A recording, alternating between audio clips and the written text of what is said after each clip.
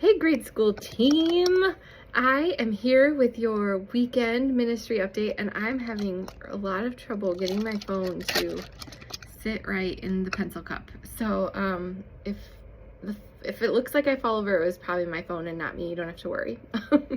All right, so it's gonna be a great weekend.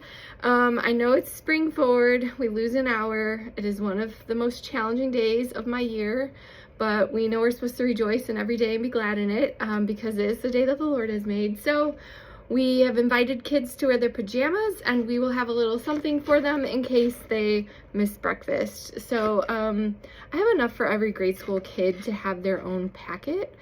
Just make sure at drop-off that you let parents know that we're going to be doing a treat. And I think it's fine if you want to start with this.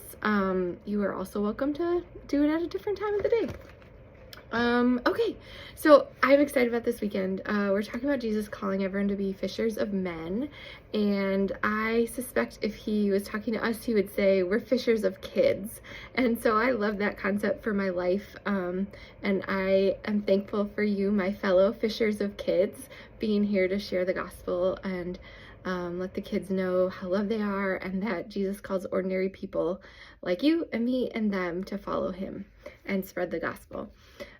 So we have some great stuff going on this weekend. If you could join us in room 102, the Harvest Kids volunteer room at 9:30, we can just huddle out some warm drinks. It looks like we might need them. And some snacks for you to help you get going as well. I know, time change. So we'll start there and pray for our morning together.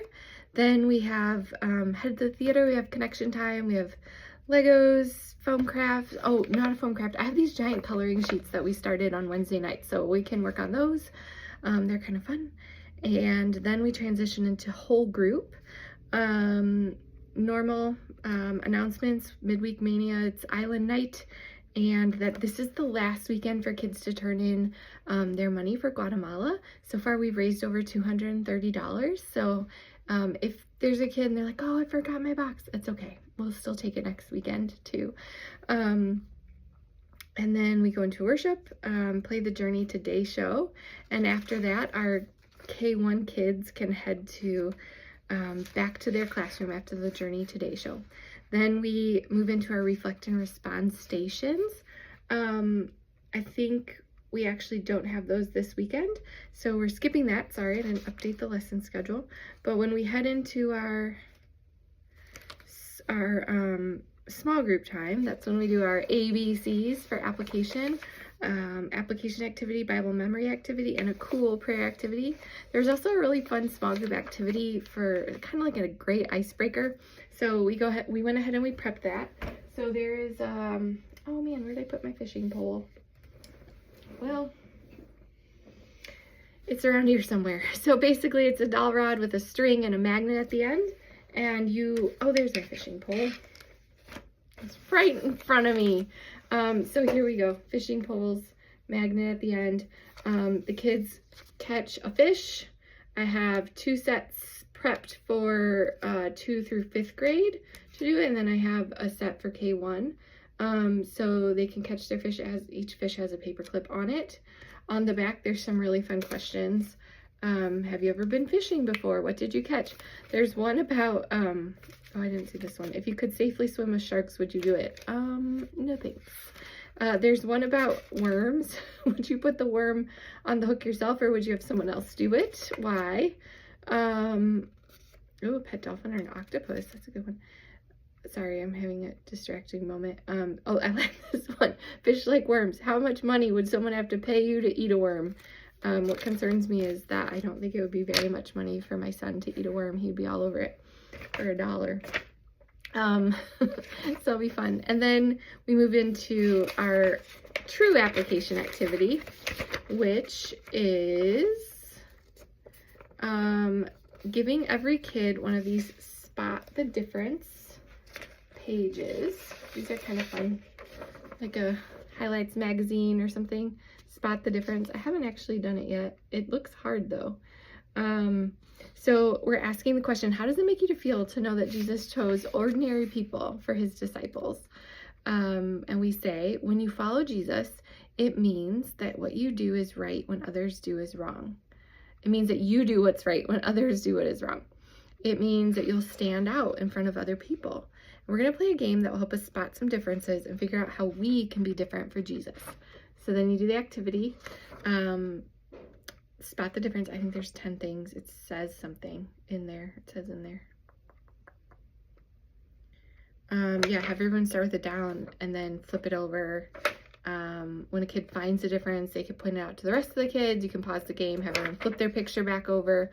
Ask the kid who found the difference to give an example of how they made a good choice when the person or people around them were making a bad choice.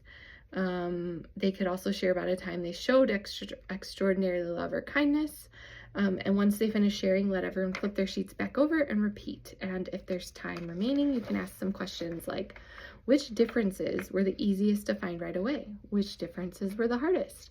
Would it be easy or hard for someone to spot the difference in you? In other words, do you act in a way where people can tell that you love and follow Jesus? That's a big question.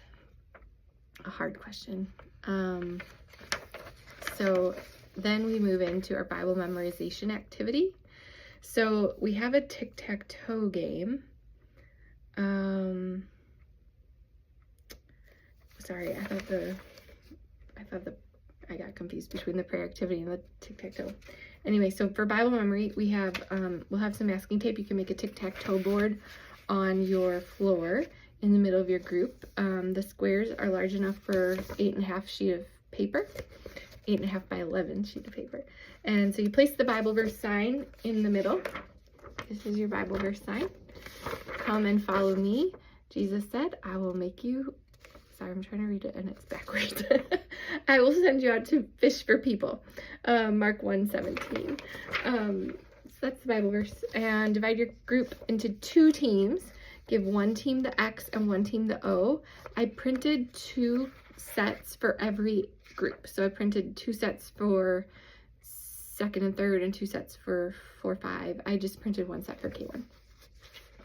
Divide up into 2 teams. Give the X and the O papers. Decide which team will go first. Choose one kid from that team to recite the verse after you've practiced it a few times. That's when you move into this game. If they do so successfully, allow them to place their team's letter on an open square. If they're unable to recite the verse, then their team cannot place a letter on the board. Give the other team the next turn. Continue playing until one team has filled 3 spaces in a row, horizontal, vertical, diagonal, with their letters, or until every space on the board has been filled. If there are still kids who haven't had a turn yet, play around, play again, and then ask them the question, is there someone in your life that you would like to tell about Jesus? So it's kind of a follow-up question to what the verse is about. Then we move into our cool prayer activity. We're doing pass a prayer. So I don't remember if we've done this one before, but for each group we'll have a balloon. I still have to make those. We'll use a marker to write the verse on it. The verse is from Psalm 118:6. The Lord is with me, I will not be afraid. So we all have things that scare us. The Bible says that God is by our side. When we remember that God is always with us and that he is bigger than our fears, it helps us not to be afraid. We're going to look at a psalm about fear and spend some time telling God what we're afraid of and asking him to give us courage. So we want to read the Bible verse on the balloon and ask the question below. After discussing, you toss the balloon to a kid in your group. Encourage the kid holding the balloon to share one thing they're feeling afraid of. When they've finished, have the kid toss that balloon to another kid and repeat. Continue until every kid has had a turn to share. Finally, lead your group in a closing prayer. Encourage the kids to tell God about their fears. Have them pray to God that he would help them to see that he's with them when scary things happen. And you can ask the question, whenever something scary happens, it can be easy to forget that God's by your side. What can you do to help remember? So it's great that we model prayer for the kids. We know that 20% of Christian families say they pray together. So that means most likely all of our kids statistically are not hearing an adult pray during the week. So I love that you can model that for them, but then also giving them the opportunity to know that, hey, you're a kid, but God still wants to hear from you. You don't have to go through a parent. You don't have to go through a teacher. God can hear you, the kid, pray. So giving them the opportunity to do that. those are the activities that we have prepped for you. So then if there's some time left over, we just want to make sure that kids are seated during checkout, so they can hear their name called and leave quickly, so they can sit back down and play with Lego, or color.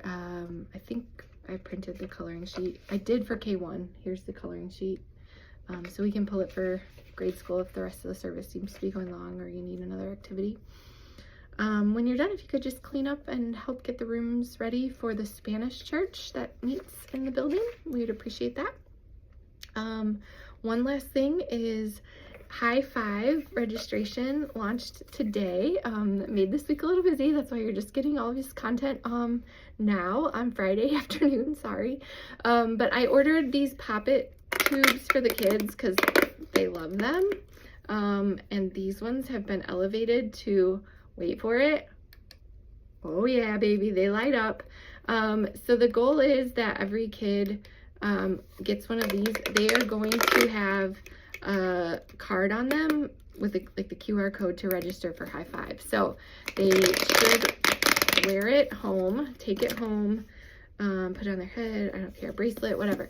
But we just want this to get home with the QR code so that mom or dad or grandma can sign them up for High Five, and they can have an intensive week of discipleship this summer. So that is it. I'm excited for this weekend. I hope you are too. I'm praying for you. I'm thankful for you. Best volunteers in the world. Don't tell the rest of the church, but you're all here. You're all here in Harvest Kids. Have a great weekend. I'll see you Sunday. Bye.